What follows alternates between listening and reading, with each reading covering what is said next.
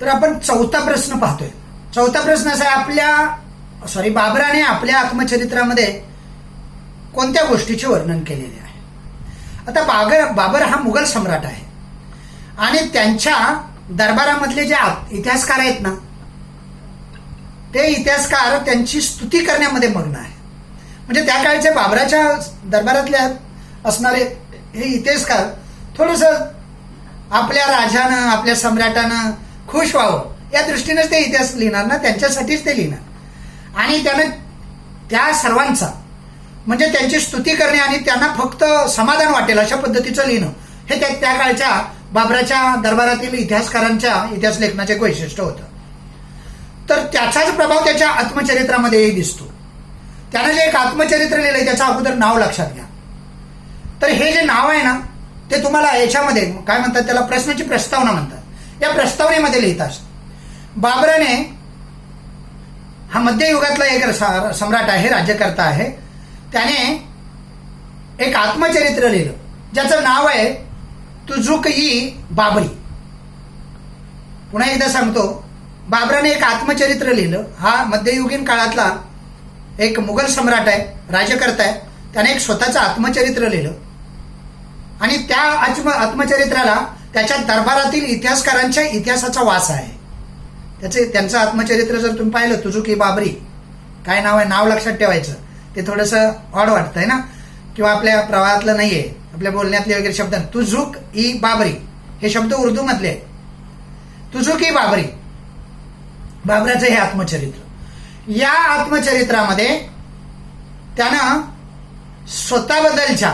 स्वतःच्याच काही गोष्टी आणि स्वतः केलेली जी युद्ध होती ना, ते युद्धाचं वर्णन अतिशय समर्पकपणे मांडलेलं आहे. किंवा त्यानं केलेली जी प्रवास वर्णन आहे, ऍक्च्युली त्यानं केलेली म्हणण्यापेक्षा इतिहासकारांनी लिहिलेल्या प्रवास वर्णनाचाच वास त्या आत्मचरित्रामध्ये आहे असं मी तुम्हाला सांगतो. तर असं हे त्याचं आत्मचरित्र आहे तुझुक-ई बाबरी.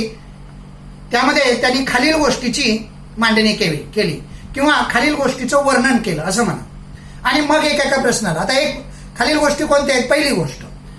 पहिला मुद्दा जो आहे ना, त्याला कराव्या लागलेल्या युद्धाची वर्णनं त्यानं आपल्या आत्मचरित्रात केली. त्याला जी युद्ध करावी लागली, कोणकोणत्या आघाडीवर तो स्वतः गेला, त्या युद्धामध्ये काय काय झालं. आता हे सुद्धा तुम्हाला सांगू, तुझुक-ई बाबरी पाहिल्यानंतर किंवा वाचल्यानंतर आपल्या असं लक्षात येतं की जे इतिहासकारांनी वर्णन युद्धाचे लिहिलेले आहेत ना, त्या इतिहासकारांच्या लेखनाचाच वास आहे त्याला. पण त्याने त्या इतिहासाची वर्णन आपल्या आत्मचरित्रामध्ये लिहिली. म्हणजे युद्ध कुठे झालं, कसं झालं, कालावधी काय होता, त्या युद्धामध्ये हार झाली, जीत झाली किंवा अजून काही वेगळे अनुभव त्याला आले, त्या युद्धाचं संपूर्ण वर्णन ज्याला म्हणतात ते त्या आत्मचरित्रामध्ये त्यानं लिहिलं. एक गोष्ट झाली. दुसरी गोष्ट असेल, ज्या प्रदेशामध्ये तो गेला आणि ज्या प्रदेशाचं त्यानं अवलोकन केलं, जिथे जिथे युद्ध झालं, त्या संपूर्ण प्रदेशाची वर्णन त्यानं आत्मचरित्रात लिहिलेली आहे. संपूर्ण प्रदेश. आत्मचरित्र म्हणजे काय असतं, स्वतःबद्दलची माहिती असते ना. पण त्यानं काय लिहिले बघा, स्वतःच्या युद्धाचे बी वर्णन केलेले आहेत आणि ज्या प्रदेशामध्ये त्यानं ट्रॅव्हल केलं, प्रवास केला, त्या संपूर्ण एरिया म्हणजे काय म्हणतो आपण, विभागाचा किंवा प्रदेशाचा म्हणा, प्रदेशाचं त्यानं वर्णन केलेलं आपल्याला दिसतं. 2 मुद्दे झाले. पहिला मुद्दा होता युद्धाची वर्णन, दुसरा मुद्दा होता त्यानं ज्या प्रदेशात प्रवास केला त्या संपूर्ण प्रदेशाची ही वर्णनं त्यानं केली. तिसरा मुद्दा काय आहे, ज्या शहरामध्ये गेला बघा, आत्मचरित्रामध्ये त्यानं या गोष्टीची वर्णन. हे आत्मचरित्र इतर आत्मचरित्रापेक्षा वेगळं आहे म्हणून त्यावर प्रश्न विचारला जातो. तुझुक-ई बाबरी फक्त बाबरापुरतच ते मर्यादित नाही, राज्यकर्त्यापुरतच मर्यादित नाही, स्वतःच्या जीवनाबद्दल मर्यादित नाही. ज्या शहरात तो गेला, तिसरा मुद्दा, ज्या शहरात तो गेला ना, त्या शहराचं संपूर्ण वर्णन म्हणजे त्या शहरात लोकसंख्या किती होती, कोणकोणत्या जाती धर्माचे लोक राहत होते, त्या ठिकाणची आर्थिक व्यवस्था कशी होती, त्या शहराचा म्हणजे व्यवहार कसा चालत होता, त्या शहराची परंपरा काय होती, संस्कृती काय होती, घरांचा प्रकार कोणता होता, घराचं बांधकाम कशा प्रकारचं होतं, या साऱ्यांचं वर्णन त्यानं आपल्या आत्मचरित्रामध्ये केलेलं दिसतं. हा तिसरा मुद्दा. आणि सर्वात शेवटचा आणि चौथा मुद्दा या प्रश्नासाठी, हे प्रश्न छोटे असतात, तसे 25 ते 30 शब्दात उत्तरं लिहायची असतात. चौथा जो मुद्दा आहे ना, त्यानं त्यामध्ये ज्या शहरात गेला, ज्या प्रदेशात गेला, त्या प्रदेशाची अर्थव्यवस्था कशी होती, त्या ठिकाणचे रीतिरिवाज कसे होते, त्या ठिकाणचं राहणीमान कसं होतं, त्या ठिकाणचं दळणवळण कशा पद्धतीने केलं जात होतं, याबद्दल त्यानं त्याचं वर्णन केलेलं आहे. आणि सर्वात महत्वाचा मुद्दा तुम्हाला सांगतो, तो 4थ्या मुद्द्यातल्या किंवा वेगळा 5वा लिहिला तरी चालेल. या राजकर्त्यानं, मुघल राजकर्त्यानं आपल्या आत्मचरित्रामध्ये वनस्पती सृष्टीचा अभ्यास, बारकाईनं अभ्यास केलेला दिसतो. त्यानं ना आपल्या आत्मचरित्रामध्ये त्या वनस्पती सृष्टीचं केलेलं बारीक वर्णन केलेलं आहे, बारकाई निरीक्षण केलेलं लिहिलेलं आहे. हा 5वा मुद्दा वेगळा लिहा किंवा 4थ्या मुद्द्यातच लिहा. वेगळा लिहिलेला अजून चांगलं. 5वा मुद्दा, एक मुद्दा वाढतो. तर वनस्पती सृष्टी म्हणजे काय कळते ना तुम्हाला? ही एक वेगळी वनस्पती सृष्टी, हे एक वेगळं सायन्स आहे. It is a branch of science in which we will study the various varieties of plants. आपण व्हेरियस म्हणजे वेगवेगळ्या व्हरायटीचा अभ्यास ज्या शास्त्रामध्ये करतो त्याला बॉटनी किंवा वनस्पती शास्त्र असं म्हणतात. त्या वनस्पती सृष्टीचा त्यानं बारकाईनं निरीक्षण केलेलं आहे, अभ्यास केलेला आहे. आणि त्यानं सर्वात महत्वाची बाब आहे की त्यानं त्या वनस्पती सृष्टीची बारीक निरीक्षणं आपल्या आत्मचरित्रात नोंदवलेली आहेत. हे सर्वात महत्वाचं आहे आणि त्याचा अंडरलाईन केलेलं असलं पाहिजे. पेपरमध्ये लिहिलेलं उत्तर आहे ना, त्या उत्तराला अशी महत्वाच्या मुद्द्याला अंडरलाईन केलेली असली पाहिजे. अशा पद्धतीनं त्याने आपल्या आत्मचरित्रामध्ये वेगवेगळ्या गोष्टीचं वर्णन केलेलं आहे. सोपे सोपे आहे बघा. युद्धाची वर्णन आहेत, प्रदेशाची वर्णन आहेत, शहराची वर्णन आहेत, नंतर अर्थव्यवस्थेची वर्णन आहेत, रीतिरिवाजाची वर्णन आहेत, दळणवळणाची वर्णन आहेत. आणि सर्वात महत्वाचा मुद्दा मला वाटतो तो वनस्पती सृष्टी. हा मुघल सम्राट आहे, हा मुघल राज्यकर्ता आहे आणि वनस्पती सृष्टीची बारीक निरीक्षणं करायची आणि ती आपल्या आत्मचरित्रात नोंदवायची, त्याचं महत्व सांगायचं, ही मोठी बाब आहे बरं का.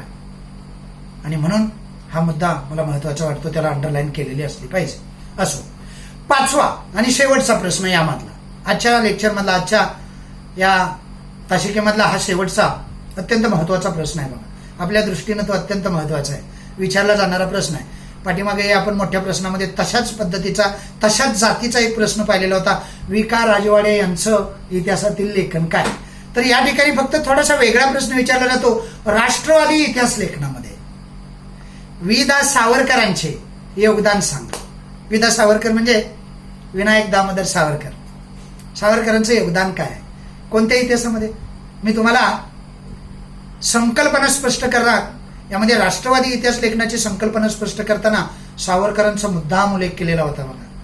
म्हणजे बाहेरून शिकून आले, इंग्रजी शिक्षण घेऊन आले, प्रचंड राष्ट्रप्रेम मनात भरलेले, अनेक क्रांतिकारकांची आत्मचरित्र वाचलेले आणि अनेक देशाची स्वातंत्र्य युद्ध अभ्यासलेले लोक होते.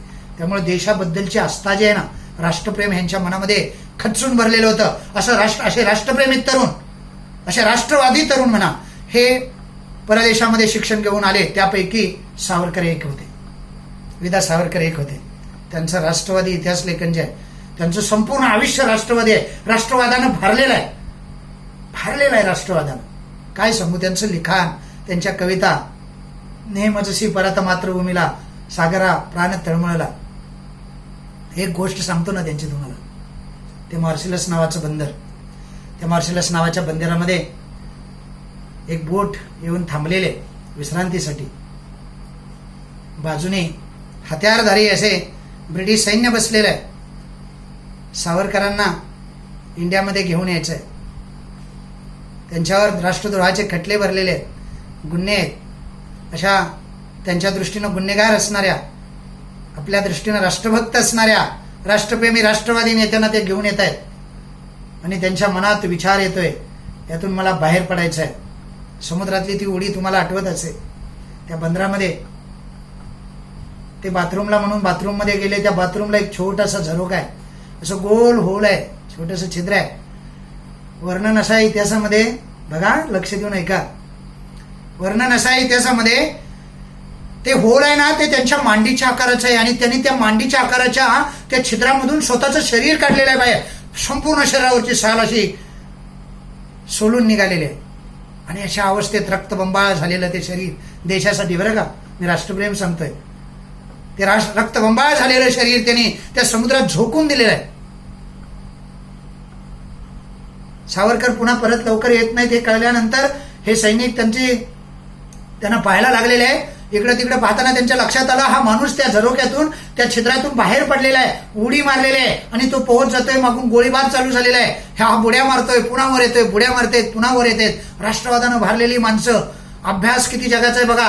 त्यांना त्या मार्शलिस बंदरामध्ये त्यांनी गेले, त्या बंदराला त्यांनी हे केलं, त्या तटावरून ते वर चढले, 4दा खाली पडले, वर चढले. चुकून एखादी गोळी लागली असती तर ते मार्शलिस बंदरातलं ते बंदर संपूर्ण लालबंद झालं असतं, रक्तरंजित झालं असतं. पण तरीही त्यांनी त्याची तमा केली नाही, जीवाची पर्वा केली नाही. ते त्या भिंतीवरून चढले आणि पळत सुटले. जवळच फ्रान्सची सीमा होती. अभ्यास बघा त्या माणसांचा. समोरच फ्रान्सची सीमा आहे, ती सीमा त्यांनी ओलांडली. पण मागून आलेल्या या ब्रिटिश पोलिसांनी त्यांना पकडलं. एका देशाची सीमा ओलांडल्यानंतर अशा व्यक्तीला पकडण्याचा अधिकार नसतो त्यांना. तो मनुष्य आता फ्रान्सचा झाला, पण त्यांच्यावर अन्याय झाला. नंतर ते हेगलाही गेले. हेग म्हणजे आंतरराष्ट्रीय न्यायालय, तिथेही गेले. पण त्यावेळेला ब्रिटिशांच्या, इंग्रजांच्या राजवटीमध्ये त्यांच्या राज्यामध्ये सूर्य मावळत नव्हता. म्हणजे साऱ्या जगभर त्यांचं साम्राज्य पसरलेलं होतं. त्यामुळे त्यांचे न्यायालय हे त्यांचंच होतं, फ्रान्स हे त्यांचंच होतं, सर्व हा जगभरातला प्रदेश त्यांचाच होता. सूर्य मावळत नव्हता असं म्हणतात. सूर्य मावळत नव्हता म्हणजे सूर्य मावळत नव्हता असा शब्दाचा अर्थ नाही. म्हणजे जिथं मावळेल ना, जिथं उगवेल ना, ते त्यांचंच. असं जगभर राज्य असणारे साम्राज्य पसरवलेले लोक होते. त्यामुळे त्यांच्यावर अन्याय झाला. त्या न्यायालयाने सुद्धा त्यांना न्याय दिला नाही. असो, तर ही राष्ट्रवादाने भारलेली माणसं आहेत. आणि राष्ट्रवादाने भारलेली ही माणसं राष्ट्रवादी इतिहास लेखनामध्ये त्यांचं योगदान जे आहे ते योगदान फार मोलाचं आहे. भारतीयांनी ब्रिटिशाविरुद्ध केलेलं जे बंड आहे, स्वातंत्र्य लढा आहे, त्या स्वातंत्र्य लढ्याला प्रेरणा देण्यासाठी त्यांनी वेगवेगळ्या पद्धतीचं लेखन केलेलं आहे.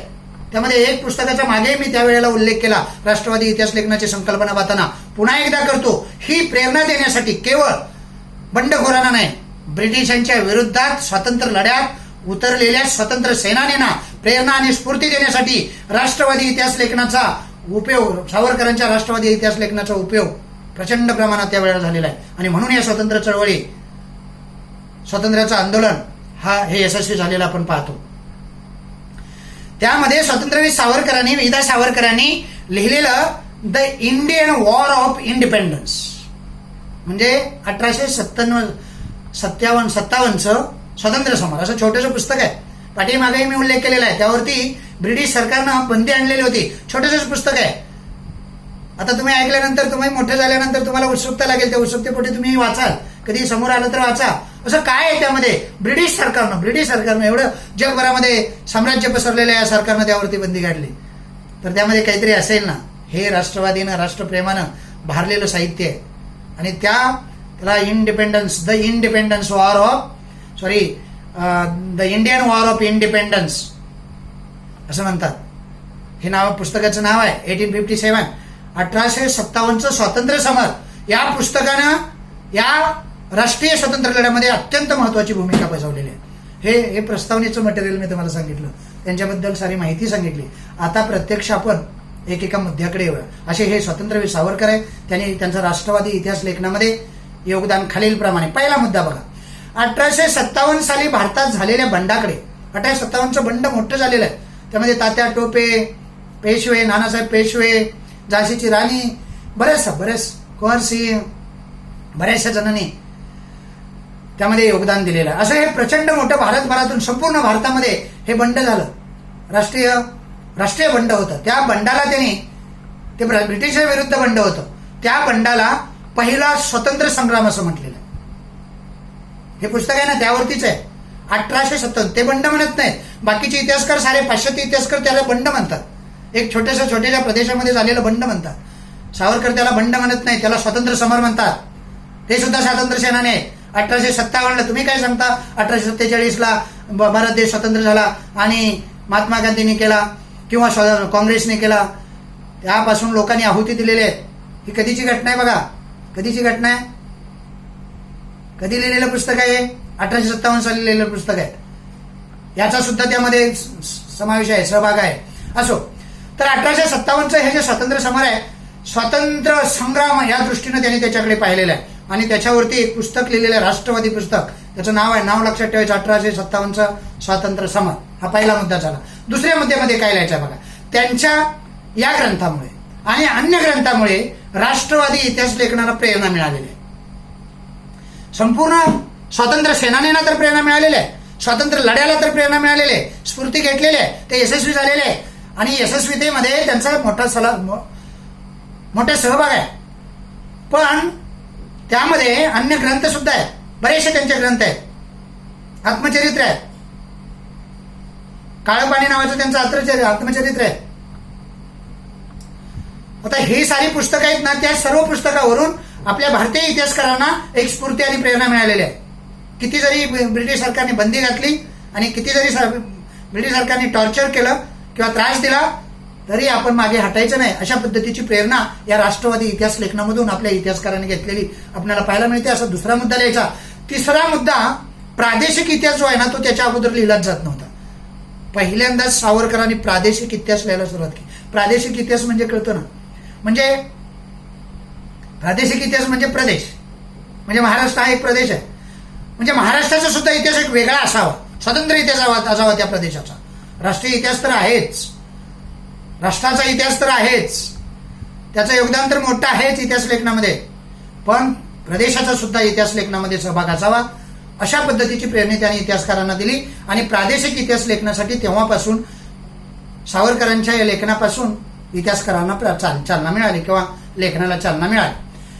आता दक्षिण भारत जो आहे ना, दक्षिण भारत म्हणजे कळालं ना, केरळ, कर्नाटक, तमिळनाडू, गोवा नाही त्यामध्ये, तो पश्चिमेकडे येतो, पण हा दक्षिण भारत म्हणजे भारताचं खालचं टोक. तर या दक्षिण भारतामध्ये इतिहासाकडे फार कमी लक्ष दिलं जात होतं, फार कमी लक्ष दिलं जात होतं. प्रचंड घडणाऱ्या घटना या इतिहासामध्ये त्याची नोंदच नाही आणि प्रचंड आध्यात्मिक आणि ऐतिहासिक गोष्टी या दक्षिण भारतामध्ये घडलेल्या आहेत. काही काळ छत्रपतींचंही राज्य साम्राज्य अगदी कर्नाटकपर्यंत गेलेलं आपण पाहतो. असा हा दक्षिण भारत आहे ना, त्या दक्षिण भारतीयांच्या इतिहासाकडे सावरकरांनी पहिल्यांदा लक्ष दिलं आणि या दक्षिण भारताच्या इतिहासाचं स्वतंत्रपणे लेखन केलं. अशा पद्धतीनं या राष्ट्रवादी इतिहास लेखनामध्ये त्यांचं सर्वात मोठं योगदान आहे आणि म्हणून हा प्रश्न अत्यंत महत्वाचा आहे. या 5 प्रश्नामध्ये सर्वात महत्वाचा प्रश्न कोणता असं जर मला तुम्ही विचारलं तर मी हाच सांगेन. आज आपण डिस्कस केलं, आज चर्चा केलेल्या या प्रश्नामध्ये राष्ट्रवादी इतिहास लेखनात स्वातंत्र्यवीर सावरकरांचं योगदान लिहा किंवा योगदान कोणते आहे असा प्रश्न जर विचारला तर तुम्हाला नीट सांगता आलं पाहिजे, सावरकराबद्दल नेमकी माहिती असली पाहिजे. सावरकरांचं योगदान आपल्या इतिहासामध्ये फार मोठं आहे आणि त्या दृष्टीने आपण त्या इतिहासाकडे पाहिलं पाहिजे. तर अशा पद्धतीने आज आपण 5 प्रश्न पाहिले, 5 वेगवेगळे टॉपिक पाहिले. असे करून आपण या 2 धड्यातले सारे टॉपिक समजणार. नंतर तुमच्या लक्षात येईल की 4-5 लेक्चर आपण ऐकली, 4-5 वेगवेगळे प्रकार पाहिले प्रश्नांचे, तर तुमच्या लक्षात येईल सरांनी सारं अख्खे 2 धडे कव्हर केलेले. आता काय राहिलंच नाही आणि जे छोटं मोठं काय राहील ना ते मी गाळलेल्या जागेमध्ये पर्यायी प्रश्न असतात ना त्यामध्ये कव्हर करणार. समजलं? जे नियोजनबद्ध पद्धतीने हे लेक्चर्स मी तुमच्या समोर मांडतोय तेवढ्याच नियोजनबद्ध पद्धतीने तुम्ही त्याचा अभ्यास करायचा, ती ऐकायची, नीट ध्यानात घ्यायची आणि अभ्यासाला सुरुवात करायची. आतापासून अभ्यासाला सुरुवात करायची, आतापासून म्हणजे सुरुवातीच्या दिवसापासून. मग काही अडचण येत नाही. तुमच्या काही शंका असतील, अडचणी असतील, काही सूचना सुचवायच्या असतील, म्हणजे मला काही सांगायचं असेल सर लेक्चर घेताना थोडंसं अशा पद्धतीने घेतलं तर आम्हाला बरं पडेल, काय थोडंसं स्पीड जास्त होतंय किंवा कमी करायचं आहे किंवा काय अजून असेल, तुमचं मार्गदर्शन असेल, कदाचित पालकही पाहत असतील, पालकांनाही काही मार्गदर्शन करायचं असेल तर निश्चित स्वरूपात त्याचं स्वागत आहे. तुमच्या मार्गदर्शनाची आम्ही नक्की वाट पाहू. तुमच्या मार्गदर्शनाशिवाय, आशीर्वादाशिवाय हे शक्य होत नसतं. तर आजचे हे 5 टॉपिक अत्यंत महत्वाचे टॉपिक 25 ते 30 शब्दात उत्तर देण्यासाठी आपण चर्चेला घेतलेले आहेत. ते तुम्हाला नीट मी समजून सांगितलेले आहेत. एक एक मुद्दा, एक एक शब्द असा बारकाईनं समजून सांगितलेला आहे. तुम्ही फक्त टिपून घ्यायचं आहे, तन मन धन होतायचे, बुद्धीची कसोटी लावायची, बस आपलं काम इथेच झालं पाहिजे. पुन्हा या विषयाकडे, या प्रश्नांच्याकडे आपल्याला फारसं लक्ष द्यायला म्हणजे वेळ नाही किंवा वेळ द्यायला लागला नाही पाहिजे. बाकीचे विषय आता हळूहळू बाकीच्या विषयाची अजून काही दिवसामध्ये आपण लेक्चर चालू करणार आहे. अरे विषय आपण हाताळणार आहे, काही टेन्शन घ्यायचं नाही. कुणाच्या नादी लागायचं नाही, काय नाही. कुणी काही जरी सांगितलं ना, त्या साऱ्या गोष्टी आम्ही करून बसलोय. ते सारं म्हणजे अपयशी ठरलेलं आहे. बऱ्याच लोकांनी ते बंदही केलेलं आहे. झूम बंद केलेलं आहे, हँगआउट बंद केलेलं आहे, सारं बंद केलेलं आहे. काही नाही, हे आपण चाललोय ना त्या पद्धतीनं. आता तुम्ही जे लिखाण केलेलं आहे ना, तुम्हाला मी जाणीवपूर्वक सांगतो, तुम्ही जे लिखाण केलेलं आहे ना, ते सारं लिखाण आपल्याला वर्षभर करायला लागतं. त्यासाठी वेळ जातो ना, तो आपला बराचसा वाचणार आहे. त्यावेळी ते आपण दुसऱ्या विषयाकडे लक्ष देणार आहे. ते शब्द लिहायलाच लागतात, आपण लिहून देतो. ते फक्त आता आपण डिक्टेट करायची आणि ज्यांनी पाठ केलं नाही ते पाठ करून घ्यायचे, पाठांतर घ्यायचं वर्गात. तरी तुम्ही पाठांतर करतायच. वर्गात पाठांतर जसं आपण घेतो ना, तसं पाठांतर घरामध्ये सुद्धा घ्यायला लावायचं. आपल्या घरामध्ये सुद्धा शिकलेले व्यक्ती असतात, पालकांना घ्यायला लावायचं. शिकलेले असण्याची काही गरजही नाही. ते बघायचं आहे आणि फक्त तो बरोबर सांगतोय काही बघायचं आहे. पालकांनाही माझी नम्र विनंती आहे की तुम्ही सुद्धा ती बारकाईनं मुलं अभ्यास करतायत, त्यांना थोडासा पाठिंबा द्यायचा, सपोर्ट करायचा, त्यांना प्रोत्साहन द्यायचं, त्याला प्रेरणा द्यायची. अभ्यास कसा होतोय, कसा करतोय याच्याकडे लक्ष द्यायचं.